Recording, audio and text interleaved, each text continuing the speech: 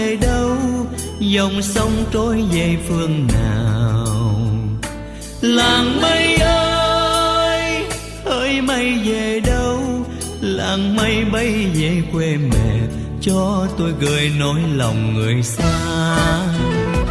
Làng tôi bé nhỏ bên sông, bạc ngát canh đồng thơm mùi mà non. Và người em gái quê dại khờ, có người mẹ già sớm chiều anh hiu, nhớ một người con mãi phương trời nào.